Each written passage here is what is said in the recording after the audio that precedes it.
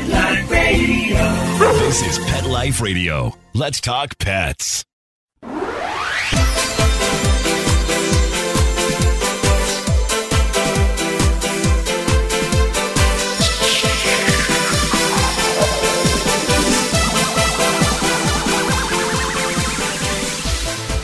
Hello, you're listening to Animal Party on Pet Life Radio, which means you're listening to me, Deb Wolfe, calling in from Camp Good Dog, as you know, way over in Vancouver, with our 50 dogs boarding here for the coming weekend at Camp Good Dog on our 5-acre farm. And so we get a lot of summertime issues, springtime issues with pollen and dogs having itchy, scratchy problems.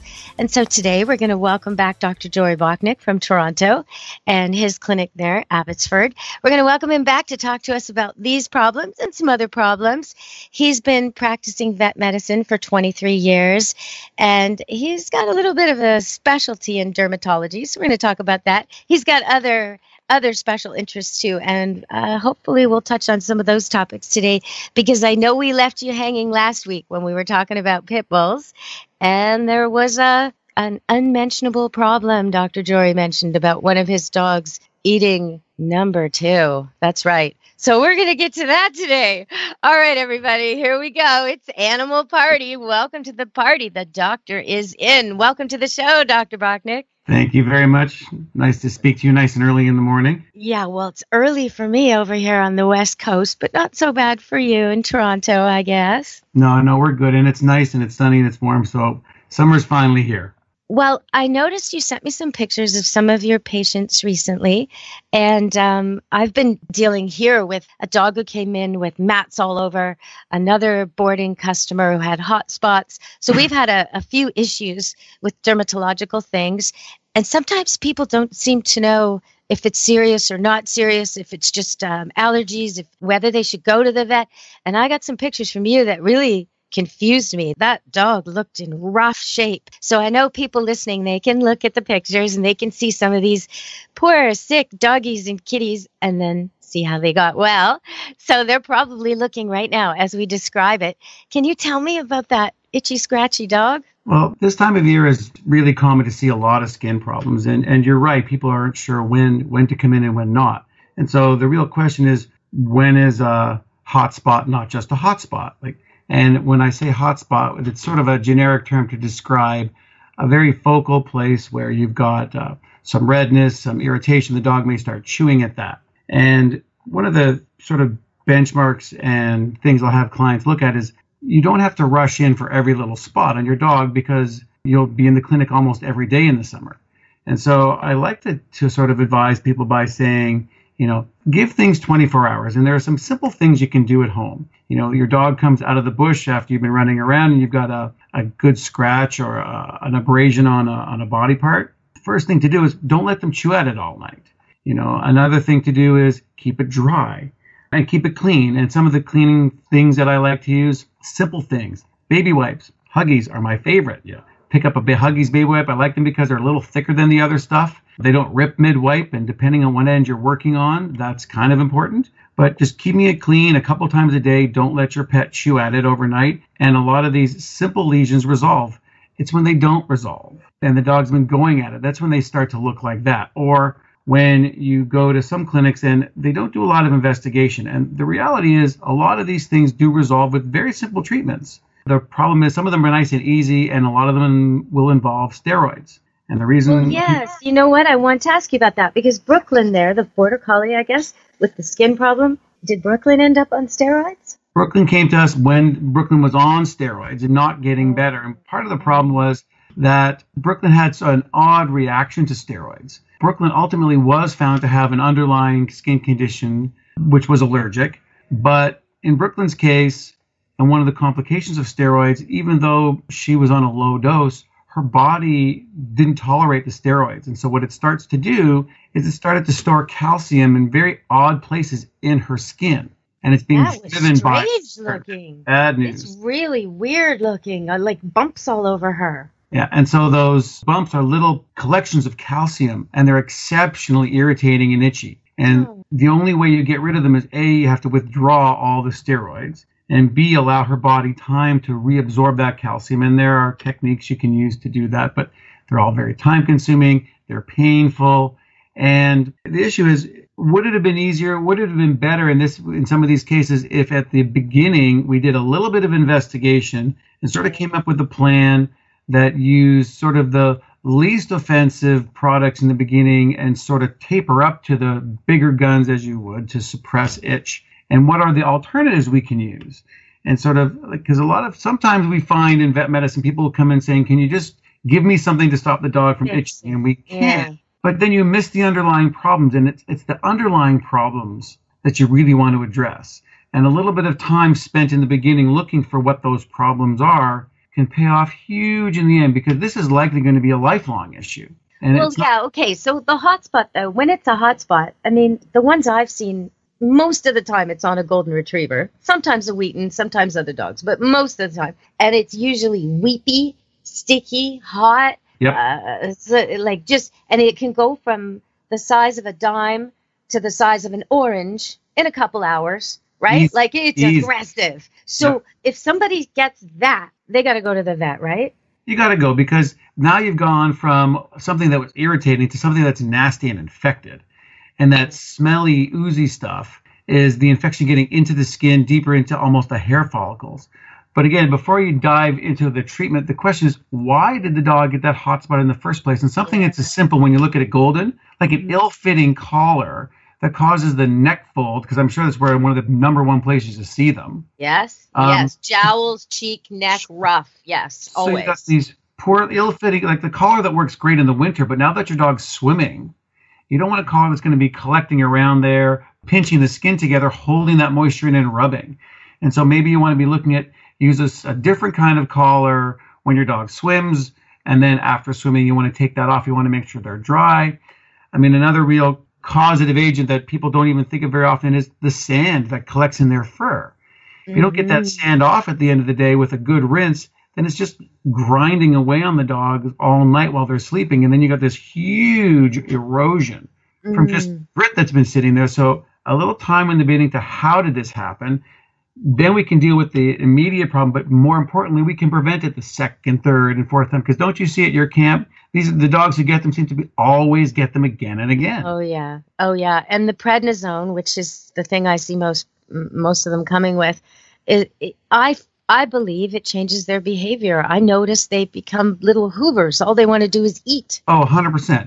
Pred is an excellent drug, and Pred is a great drug when used appropriately, and it's an inexpensive drug, which makes it very attractive. But the problem is it has lots of side effects. Side effect number one makes them starving. Side effect number two makes them thirsty. And they're peeing all the time. What about aggression? Because I see dogs get more aggressive when they're 100%. On prednisone. Okay, so you're agreeing on that. Aggressive dogs get mellow. I see kind dogs become aggressive. Right. And it can fluctuate and change. So you don't want to be stuck with prednisone as your maintenance. That should be in an emergency only, is what you're saying. It's a drug used specifically to stop the dogs from tearing themselves apart. And then you want to start tapering it and doing other therapies. There are natural anti-inflammatories you can use. There are topical things you can use that have no side effects.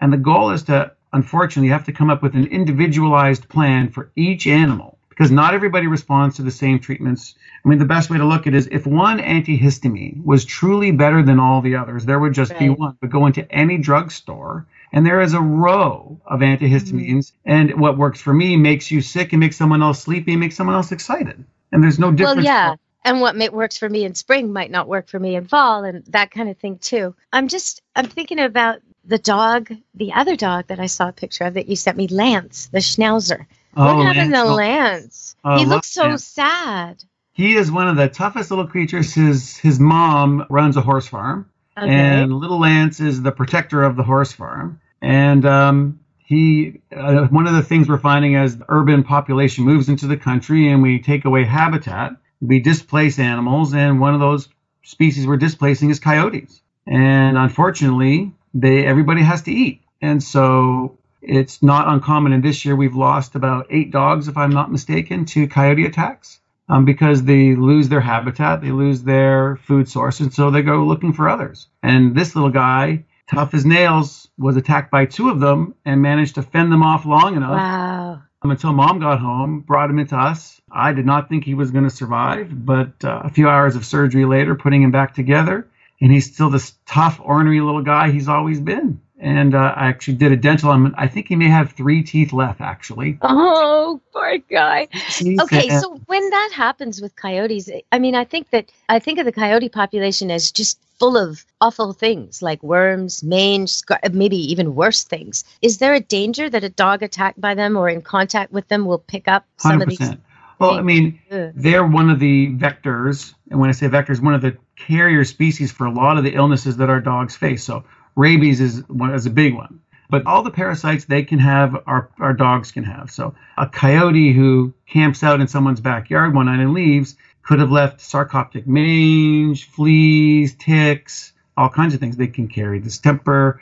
There's lots of illnesses they can carry that can be transmitted. And so when one of the things that people say is, well, why do we need to test for heartworm, for instance, in Ontario? Well, we test because we have a large fox population, we have a large coyote, and we're getting a larger feral dog population.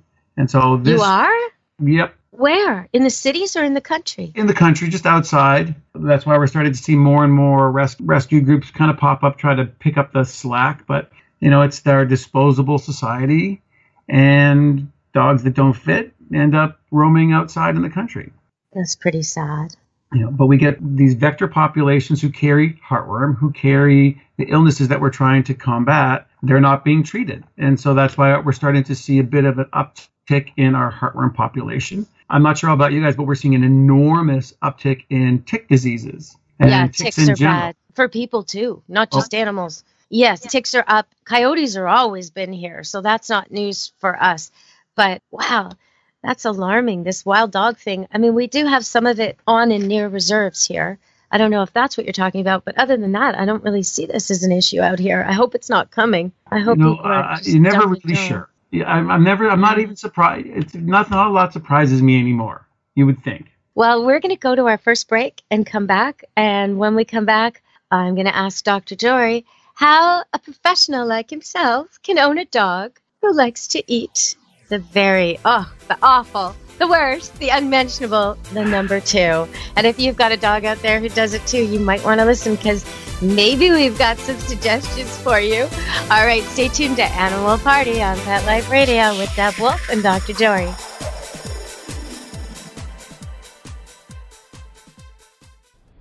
When Helen Brown ran away to New York City 5 years ago, she had no idea that a homeless cat with a punk rock haircut and enough catitude to light up the Empire State Building would be the one to teach her the true meaning of love and a forever home. In the tradition of her internationally best-selling memoir, Cleo, Helen Brown's Bono, the amazing story of a rescue cat who inspired a community, is a heartwarming true story about a woman without an anchor, a homeless cat without much hope, and finding a forever home in the city that never sleeps.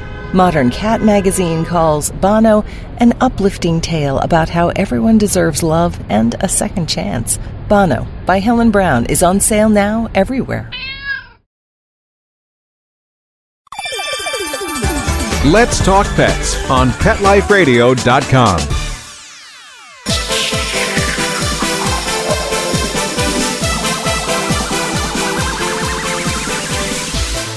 Hello, you're back on Animal Party, Pet Life Radio with Deb Wolfe calling in from Camp Good Dog. And we've got Dr. Jory Bocknek from the Abbotsford Animal Clinic, and he's calling in from Toronto. So it's a little bit of a Canadian show today.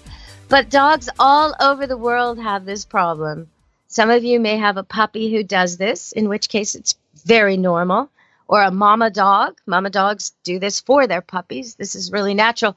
But if you have a pet that's not a puppy and not a mama dog and it's going out and eating its own feces or eating other dogs' poo-poos in the park, you definitely have an embarrassing problem. Dr. Jory, is that your problem? Yeah, I have one dog like that too. Is that your most submissive dog? No, not particularly. Oh. Actually, to be truthfully honest, my one dog is now spread it over to the other 2, so all 3 of them are now doing it. Oh, that's awful. I know. I have the worst dogs. Okay, what kind of dogs have you got? I have a Labrador, Yeah. I have the obligatory rescued golden, Okay. and I have a Dalmatian. And who started it? The poop eating. I would have to say it was the Dalmatian. Dalmatian. That's what I would say because it's the most high strung of the three. It'll Oh, be the Dalmatian. It's a working dog. For people listening, they look like, oh, Spots, Disney, but actually they were made for guarding fire trucks and working hard, running alongside underneath the horses when the trucks were pulled by horses. This is not a couch potato dog. So why do you think your dog is going out and doing that? because she's terrible. She was the worst. My Dalmatian is absolutely the most challenging dog I have ever owned. And she corrupts the others. When that movie came out, 101 Dalmatians, I got so much business. I had so many Dalmatians to train. I was like, thank you, Disney. And then when they did those golden movies, nothing came my way. Nope. You know what? No, do another movie about the Dalmatians. So they can be great dogs. They just have way more energy than your other two. And they're very, very smart. They're kind of intense. Let's see. What could we do about this? You know, they have over-the-counter pet store remedies. Have you tried any of those? I find the Forbid, the best product I found was something called Forbid, and it actually works relatively well. Okay. I would think in most dogs, except the most highly motivated poop eaters. Right. For me, I find you can make the poop aversive by, you make sure the yard is clean, then you leave poop in there that's spiked with cayenne or extra super hot Frank's red hot sauce or something. But then you have to make sure your Labrador doesn't like that. Yes. Oh, yeah, for sure. Your Golden, your Labrador, they'll just power through it, wincing and everything, and still eat it. Yeah. But OK, so you raised two good points. You got to poop scoop relentlessly. So you almost poop scoop before you let them out in the yard and then again after. So and I would suggest accompany your dogs. It takes a while. They say it takes 3 months for a human to unlearn a habit. Something like nail biting or, some kind of a finger or hand wringing, something like that. I don't know. How long do you think it would take a dog to unlearn a habit? Some say 6 weeks. I'm not sure if that's long enough. But if you could leash walk your dogs instead of letting them out to poo unsupervised, if you could actually be on the end of the leash and then scoop it before they have a chance to eat it for some time, you might break the two weaker ones, the ones who were sort of influenced. You might break them of the habit pretty quick. I don't know how long it'll take that Dalmatian to break the habit, though. What do you think? I'm not sure. I even like to use cage muzzles if they're going to be out where they're going to be a bit further beyond your reach. But the Labrador has become so motivated, he actually will mash his face with the muzzle into the poop. Yeah, then you got to clean that mess. Okay, you know what? If I was there in Toronto with you right now, I would probably be suggesting we go to a park with the three of them and start working on this. And I would be coming up with a replacement behavior. So I'd put two in the car and work on one at a time, but I'd start probably with the Dalmatian. And I'd be trying to teach him that every time he sees poop, that's a signal for him that I'm going to do something fantastic, like pull out his favorite toy or run 10 yards and let him do his favorite game of, matching me and cutting me off or whatever it is that you guys are into for play.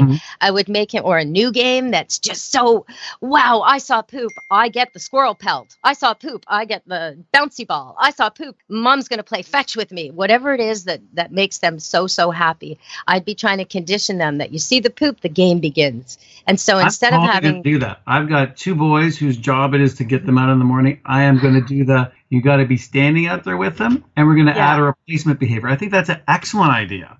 Oh, good. Okay. Because that's, if your dog's jumping up on people, instead of just yelling at it, no, and it's got this idea, yes, you give it something else to do, sit.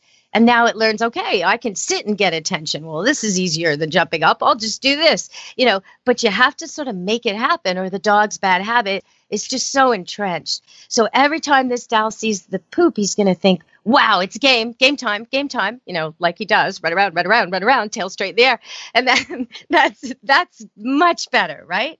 I think that's excellent. I'm going to give that a shot tonight. Oh, I hope that works for you. Okay, well, we'll have to check in with you in the future sometime. You'll have to come back on my show so I can find out how your doggies are doing with that. It's a shame to have to put muzzles on them because the rest of the world is going to think they're aggressive, Yeah, I use those muzzles, though. I do a lot of behavior mod as well, and I find the cage muzzles actually do a few things for me when I'm training, especially some dominant dogs. I find it creates space. So owners who are anxious with dogs who are challenging to walk, and are a bit afraid of bumping into people, especially, if they've got an aggressive golden. People don't necessarily consider goldens an aggressive breed, but they're up there near the top 10 of those dogs who bite. That cage muzzle all of a sudden will give people pause. So instead of wanting to rush up and, let me pet your dog, they'll give you a berth and create space. So now the owners can be a bit more relaxed. I find they also tone the dog's dominance down a little bit.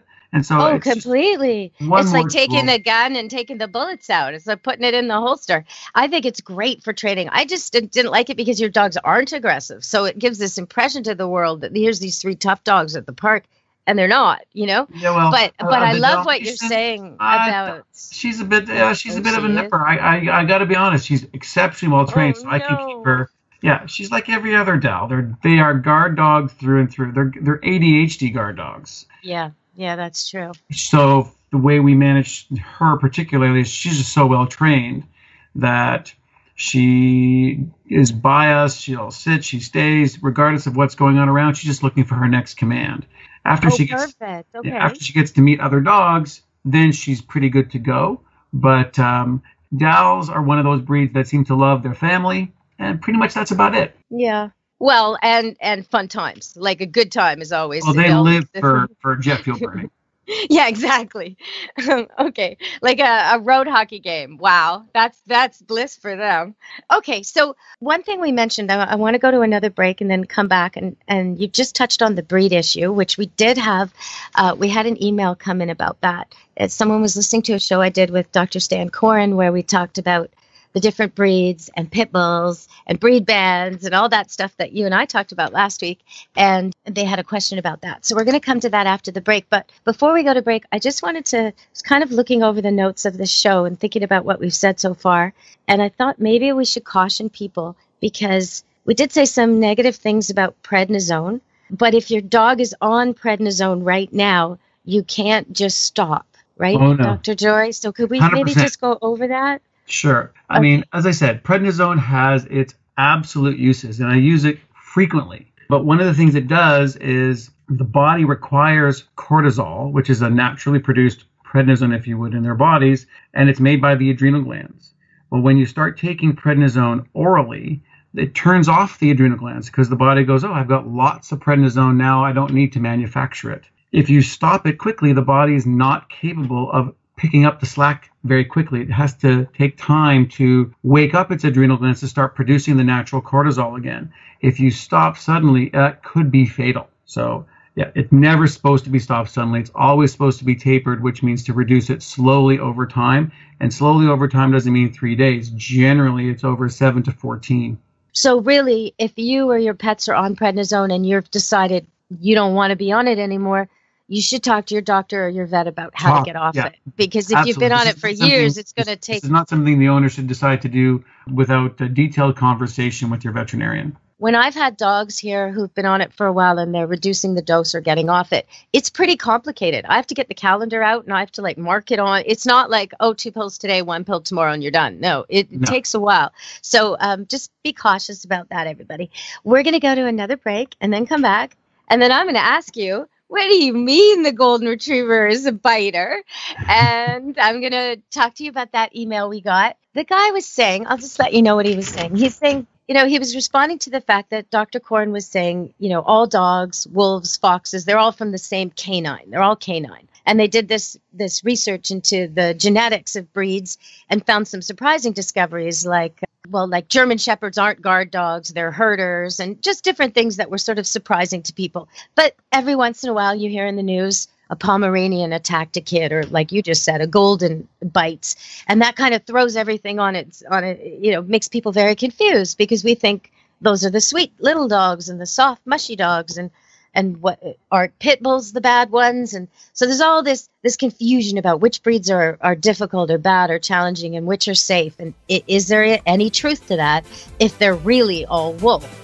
And so that's the question coming in that we'll address after the break, if you're up for it, Dr. Jory. I'm up for it. Okay, everybody, stay tuned. We'll be back at Animal Party, Pet Life Radio, in just a moment. Tired of wasting money on giant bags, boxes, and jugs of litter that don't last? Switch to World's Best Cat Litter, the only litter that lets you use less and get more. World's Best Cat Litter uses the concentrated power of corn to deliver outstanding odor control and easy cleanup. It's lightweight, 99% dust-free, and pet, people, and planet friendly. It's even flushable. Make the switch to World's Best Cat Litter and save $2. Visit www.saveonworldsbest.com. Does your dog itch, scratch, stink, or shed like crazy? Come to Dynovite for help. Order a 90-day supply of Dynovite. Dynovite for life. Pick up 2 tubes of Doggo Suds. Get the 3rd tube free. Peppermint, tea tree, lavender, Doggo Sud shampoo. Made with all-natural coconut, jojoba, aloe. Great for healthy skin and soft, shiny coats. But no itchy, harsh chemicals. Lather up, rinse away. Try Doggo Suds. Buy 2, get 1 free. At Dynovite.com. DINOVITE.com. Let's talk pets Let's talk pets on Pet Life Radio. Pet Life Radio. PetLifeRadio.com.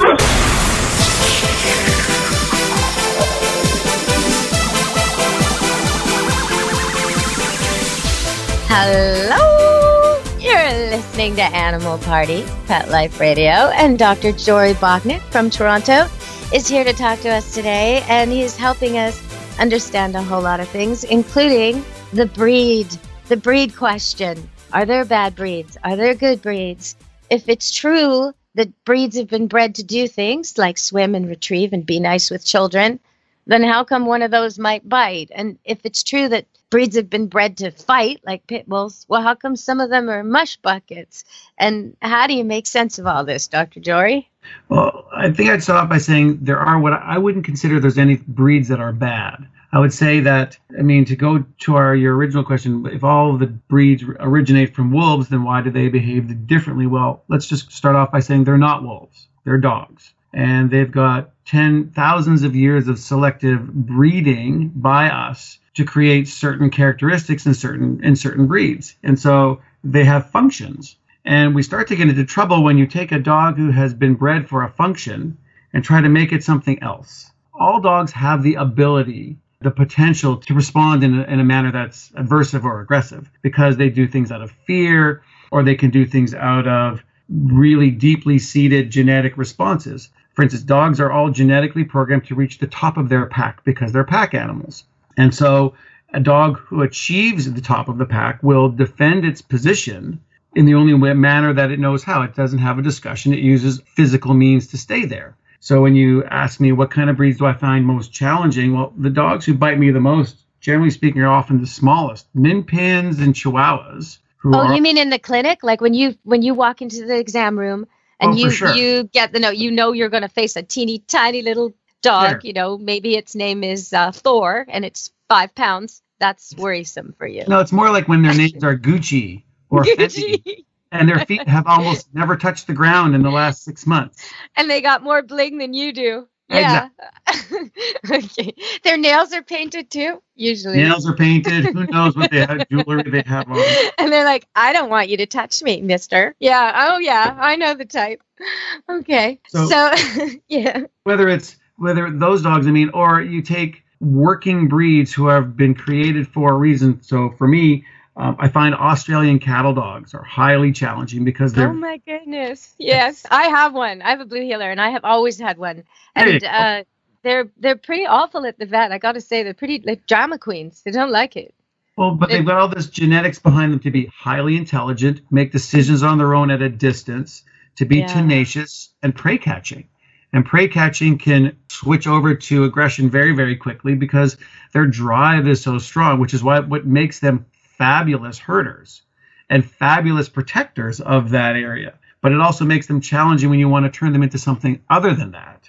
And when we were talking about why Goldens might be overrepresented in dog bites, well, they're also one of the most popular breeds out there. So it's kind of unfair in one respect because there's probably more Goldens than any other purebred dog out there. Mm-hmm. But when you have many dogs, they're all capable of biting. That's why they have teeth. They're designed for that.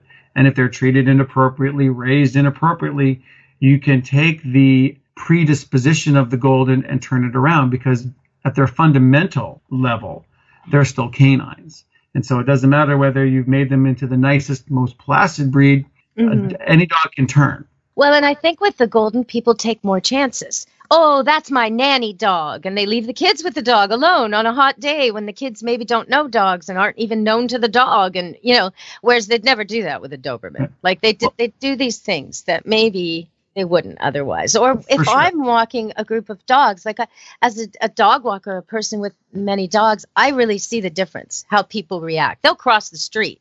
If I've got a wolf cross or a Rottweiler, they'll actually scrum around me if I've got a golden, right? And not every golden wants that. So I can see on a hot day especially, or if it has an ear infection and then the kid touches that ear and, stuff can happen that way. So I could see how that would be a problem. But I kind of want to sum it up for the person who wrote the email in that even though there is a little bit of wolf in every dog, they are all capable of the kinds of things you see wolves do. The selective breeding for all these years has made a big difference. So the chances of a dog that's bred to have a soft mouth and hold a dying duck without harming it and bring it back to you and deliver it to you, the chance of that dog attacking you or attacking other animals is a lot less than a wolf or a wild dog. It's 100%. It's a lot less. So breed does matter, but it's not the only thing that matters. That's kind of what I'd say. And I hope that helps you, John in Philadelphia. I hope that helps you understand. It's about likelihood, right, Dr. Jory? Yeah, it's about likelihood and tendency. Right. Okay. So I wanted to talk about Loki the cat, but before I talk about Loki the cat, which you listeners can look at, the picture's up for you. It's one of the patients at Abbotsford Animal Clinic. Loki the cat reminded me of Baron, my first poodle. When I was very young, maybe 7 years old, we were visiting an uncle's cottage up in Ontario, Lake Simcoe, and my parents decided I was finally old enough to go by myself fishing if I took the dog. So I took the dog and the worms and the bucket and the rod, and I went to the dock and the next door neighbor's dock, and I put my line in, and I was fishing for a while, and I caught something, tiny little sunfish, and I pulled it out, and as I pulled it out, I said, "Look, Baron, I caught a fish." And Baron bit that fish. The fish bounced off, went into the lake, and the hook went into Baron's mouth. And I had to walk home as a 7-year-old girl, not carrying the leash, carrying the fishing rod, which was now attached to my dog, knocking on the door of the cottage. My dad opens the door. He goes, "Catch of the day." Well, we ended up having to find a vet on a long weekend in the country who would come in and take this fish hook out. Now, it didn't take much to take the fish hook out, but I was so upset. I thought this was terrible. And it looks like I'm not the only one that this has happened to. You are not the only one. You are not. Is this common? It's a relatively common occurrence, unfortunately. It's rare in cats, but according to Mom, Dad had just come back from camping and fishing, and hooks were on the ground, and Loki decided it smelt a lot like fish and buried that hook deep in his cheek, way in the inside of his mouth, and there was no way he was letting you touch that. So, but it's nothing that a little bit of anesthetic couldn't cure, relax him. The problem with these kind of hooks, they're barbed, and so there's only one direction you can really go, and that's forward. So you have to take it out. You get them out by pushing it through and then cutting them, and then you can remove them. It's just that to do that, nobody really likes that very much. So there's always a little bit of anesthesia involved, sometimes a little antibiotic, depending on how clean, maybe a little bit of pain meds for the day, but generally, they all recover pretty quick. It's when you get them in the unfortunate locations like an eyelid or something else that's a little bit harsher to deal with. But with most dogs, it's usually their ears. They're standing too close and the kids are casting, and then the next thing you know, you've hooked your dog. Well, I know you have fond memories of Baron, but he was a troublemaker. He got skunked, I think, 7 times in one winter. Like the dog, he got porcupine quills in his muzzle. I mean, he was so smart. Around here at Camp Good Dog, all my gates, I have double gates, so, obviously nobody can ever get out, but the gates all have carabinas on them, and that's because of the standard poodles. If you want to look, if you're listening right now and you want to look, you go on YouTube, go to Deborah Wolfe. My dog training videos are on there, some of them. And one of them is called Dogs Gone Wild. And I actually captured footage of a whole bunch of dogs opening latches much faster than I can open them, much faster than any human can open them. Latches that look like no dog could open. Boop, boop, boop. Rottweiler, Schnauzer, and a whole bunch of poodles. So carabinas are essential around here because poodles, they're just a little bit smarter than everybody else. Okay, so I wanted to ask you, I had to reject a customer, wanted to come bring their puppy here, and had to send it back for a vet check and had to go through a whole bunch of things. And in the end, we're going to take the dog eventually, but we had to postpone its stay because it has puppy warts. Have you ever seen this? Warts, yes. Oh, my God. Awful. And now we have to wait. It's being treated and everything like that, but we have to wait till the last warts drop off before it can come. This is just awful. So what should people be looking for when it comes to things like that they might not know about, that are really contagious to other pets, maybe to people? What should they know about? They're similar to the warts that children would get or people would get on their hands or feet. The canine warts don't transmit over to humans, and they are self-limiting. But when I say that, like, so some dogs may have one or two, and you'll find them on their lip, but they can pretty much appear anywhere. And occasionally, it looks like they've been attacked by a million of them. So instead of getting one or two, you can get dozens and dozens. And they can be quite problematic, especially if they occur on eyelids. You mentioned that I just used my surgical laser to remove one from an eyelid that was getting really large because it was starting to impede the dog's ability to blink and was going to affect his overall eyelid function. And our laser is actually really nice to remove it for that. But in a lot of these dogs, if they have one or two, it can resolve in several months and they're gone. But they are highly contagious while they're there. So one option is to go to your vet and have them removed surgically, and then they're no longer contagious, provided they get them all. You know, when you talk about laser, I see this some places, you know, the vet clinic with the glass window where they're advertising, you know, dental month or vaccine time or whatever, and they'll often, no pain laser. Is it really a big difference between a knife cut and a laser cut? I actually find the CO2 laser substantially better for recovery. I mean, it does a few things for me as a surgeon. It keeps my field really clean. And so there are actually some surgeries we couldn't do without it. And so for working in the mouth, for working on certain organs like the liver, I find the laser is fantastic. And what I also find for recovery, I don't know that it necessarily heals faster, but I find my dogs and cats, birds, are much more comfortable because it seals the nerve endings. You get a lot less swelling. And so I find they're less attracted to the incisions to bother them. So for me, I find it's a cleaner and surgical field. I find it's a more precise way of using a cut because what I see is where I cut as opposed to having the skin slide a little bit around your scalpel blade. And I find for recovery, the animals seem to be much less interested in their incisions. So I love my CO2 laser. Oh, nice. Okay. No, I just didn't know if it was a gimmick. I mean, it's hard for me to know when, you know, because sometimes things are advertised and you kind of wonder. And so that's really good to know because I find that's a huge part of the problem is the aftercare. You know, you get these dogs or cats and they go home and they look great and then they pull out all their stitches because the person wouldn't leave the cone on. Like, what, you know, and they make everybody, there's so many nice cones now. There's see-through ones, there's soft ones, there's blow-up ones. You don't have to have the big old ugly one.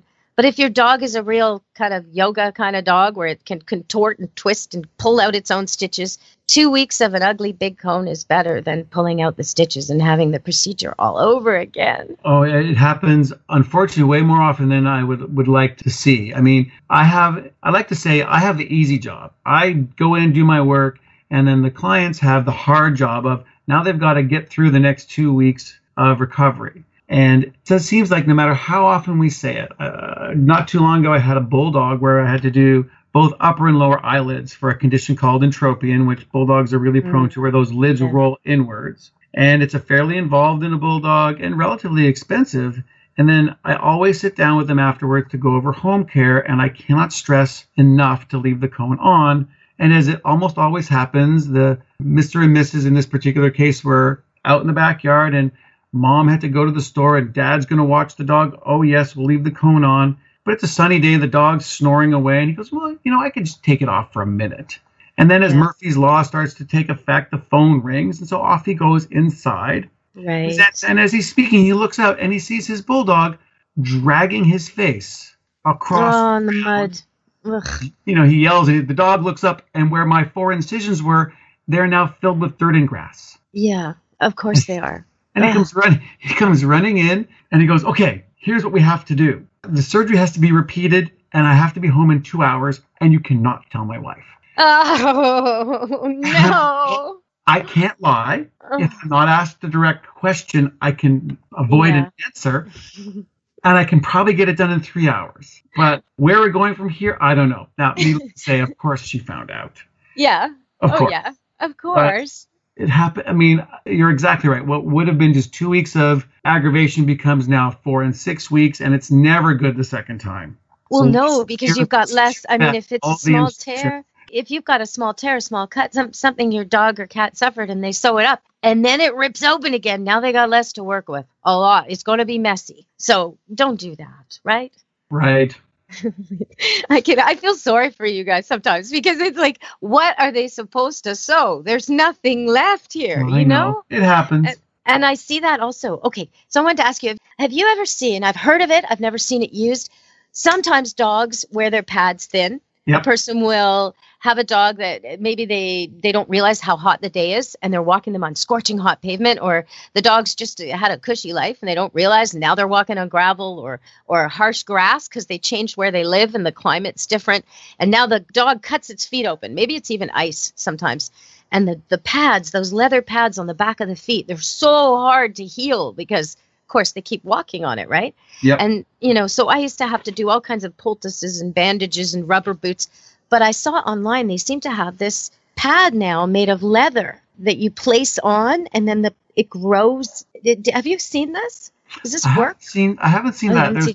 There's all kinds of interesting devices or tools that we can use, that people try to use on dogs' feet to protect them once they make an erosion. I mean, and they take a lot of it. They borrow a lot of it from human medicine. Like there's a product called New Skin for humans, or Mole Skin, which are these soft, sticky on the back. That's what it's like. It's like that, materials. and then the dog's skin doesn't reject it. It's supposed to grow. No, these things, I haven't seen anything that acts as a matrix for them to grow new skin on. I find if it can be put on, wrapped on, painted on, tied on, rubbed on to try to speed these things to heal, I have tried it.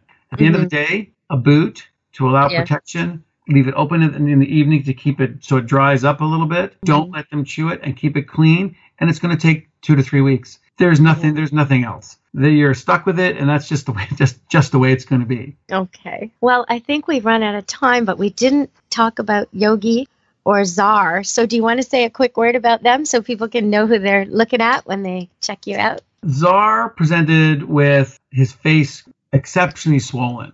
All on one side. He couldn't chew, he couldn't eat. And unfortunately, what he had was a really nasty tooth root infection. And it was odd in him because he had almost no tartar, and his teeth looked fantastic. But it's just one of those cases where just because you can't see it doesn't mean it's not there. It's sort of analogous to people who have these tiny little cracks in their teeth and are exquisitely painful and highly temperature sensitive. But even when you go to the dentist and they x-ray it, they really can't find it until they start really manipulating that tooth. So it was a bit of an investigation. We ended up having to take one of the larger teeth off the upper jaw, found the infection, and a couple weeks later, then he's back to his usual chewing the sofa self. Yeah, great. Okay, well, that's a good story. And how about Yogi?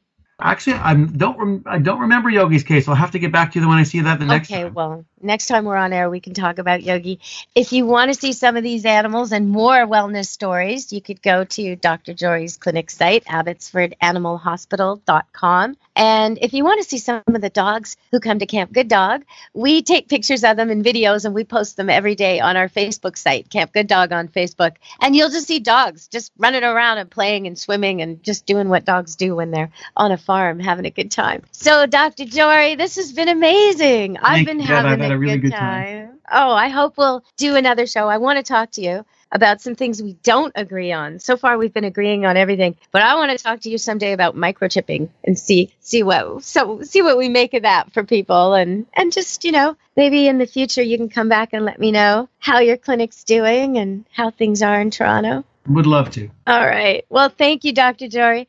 So everybody listening to Animal Party on Pet Life Radio, that was Dr. Jory Bocknek from Abbotsford Animal Hospital. in Toronto. And you've been listening to me, as usual, Deb Wolfe from Camp Good Dog in Vancouver. We've got an all-Canadian show here. But as you know, your dogs, your cats, they know no borders. And we're hoping that you enjoyed our show today. We're going to have Dr. Bocknek back on in the future. So everybody, until next time, be good to your animals. Let's Talk Pets, every week on demand, only on PetLifeRadio.com.